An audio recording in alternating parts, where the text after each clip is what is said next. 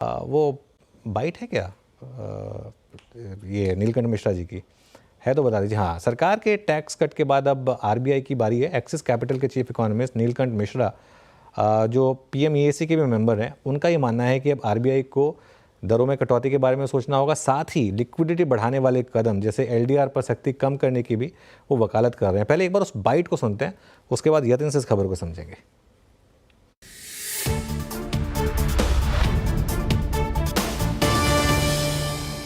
Consensus अब हो गया है कि भाई 25 बेसिस पॉइंट कट तो आ ही रहा है, और क्योंकि इसको एक कॉन्सेप्ट बोलते हैं ओवरटर्न विंडो कि पब्लिक और मार्केट की क्या एक्सपेक्टेशन है, उसके बीच में ही पॉलिसी मेकिंग ज्यादातर होती है। तो 6 महीने पहले ओवरटर्न विंडो कहता था कि भाई आप रेट कट भी मत कीजिए, आप स्टांस भी मत चेंज कीजिए, आप सीआरआर भी मत कट कीजिए। एटलीस्ट वो अब शिफ्ट होके इस जगह पे आया है कि रेट कट की एक्सपेक्टेशन है। जो हमारी अर्थव्यवस्था में जो अभी ग्रोथ का पेस कम हुआ है, वो काफी हद तक लोन ग्रोथ के कम होने के कारण भी हुआ है, क्योंकि मार्च अप्रैल 2024 में जो 17% ग्रोथ था वो बैंक लोन्स का, वो अब 11 के भी नीचे आ गया। तो अगर इकोनॉमी को रिवाइव कराना है, अर्थव्यवस्था को रिवाइव कराना है, तो वो जो 11% है उसको आपको 14-15 करना पड़ेगा। वो करने के लिए आपको पहले तो बहुत ज्यादा लिक्विडिटी डालनी पड़ेगी। जो 5 लाख करोड़ की लिक्विडिटी जो आरबीआई को सकआउट करना पड़ा, 60 बिलियन डॉलर बेचने पड़े, ये अनुमान है मार्केट का, तो उसको रिप्लेनिश करना पड़ेगा। अगर वो होगा तभी डिपॉजिट ग्रोथ आएगी, और जब डिपॉजिट ग्रोथ आएगी तभी क्रेडिट ग्रोथ आ सकती है। तो पहला ये एक आस्क है, ये प्रिस्क्रिप्शन है। दूसरा है कि आप जो क्रेडिट डिपॉजिट रेशियो और इस तरह की जो बंदिशें लगाई गई थी फाइनेंशियल इंस्टीट्यूशंस पे, उन लोगों को, उन पे अगर आरबीआई थोड़ा स्लो हो जाए तो फिर बैंक्स अपना लोन को बढ़ा सकते हैं। और क्योंकि कैपिटल एडिक्वेसी है उनके पास, मतलब बैलेंस शीट पे इतना रिस्क कैपिटल है, और दूसरा रिस्क बफर्स हैं, और दूसरा की लिक्विडिटी भी वो मैनेज कर रहे हैं, तो इसलिए एलडीआर का एडिशनल रिक्वायरमेंट की जरूरत नहीं है।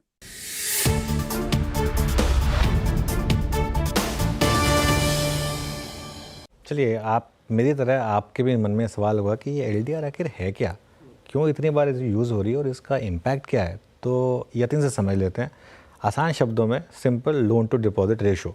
लेकिन यतिन जरा थोड़ा इसको डिटेल में समझाइए। बिल्कुल, तो देखिए, लोन टू डिपॉजिट रेशियो एक बड़ा मुद्दा बन गया है खास करके प्राइवेट बैंक्स के लिए, क्योंकि जो एलडीआर रेशियो है, यानी अगर आप जब 100 रुपये का लोन देते हैं और आपके पास 100 रुपये की डिपॉजिट है, तो आपका एलडीआर रेशियो जो है वो 100% माना जाता है।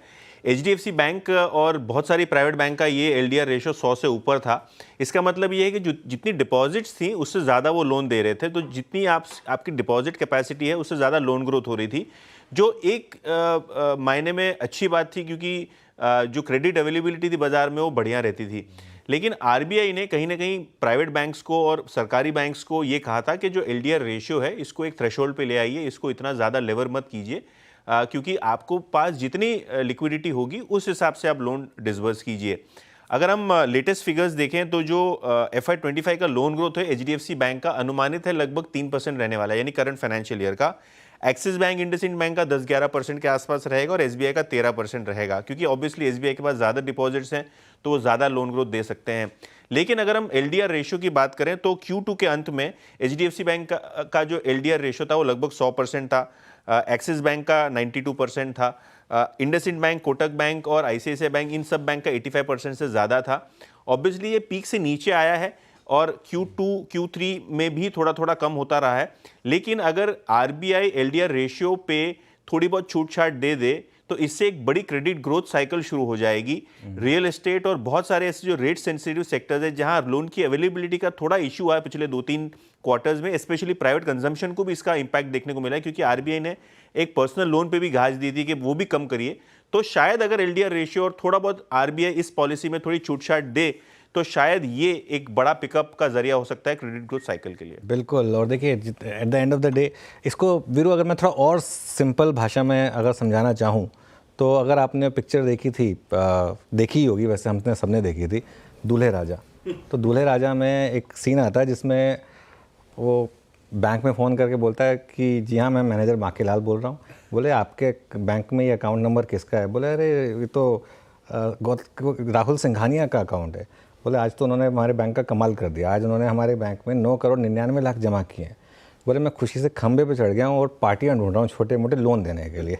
तो बेसिकली बैंकों के पास जब डिपॉजिट आता है तो वो एक अजम्पशन लेते हैं कि भाई अभी डिपॉजिट आ गया मेरे पास, अब ये पैसा मैं लेंड करूँ, क्योंकि आप डिपॉजिट पे 4% देते हैं और अगर आप लेंड करते हैं तो आप 7% लेते हैं। ये बैंकों का बिजनेस है बेसिकली, उनको उस पर 3% बनाना है, 3 या 4% जो बनाना है तो वो उस पर। लेकिन अब थोड़ा सा ये था कि भाई आप उससे ज़्यादा मत लैंड करिए, लेकिन बैंकों को ये कॉन्फिडेंस होता है कि जो मेरा डिपॉजिटर है वो थोड़ा ना आके मेरे पास पैसा विड्रॉ करने वाला है।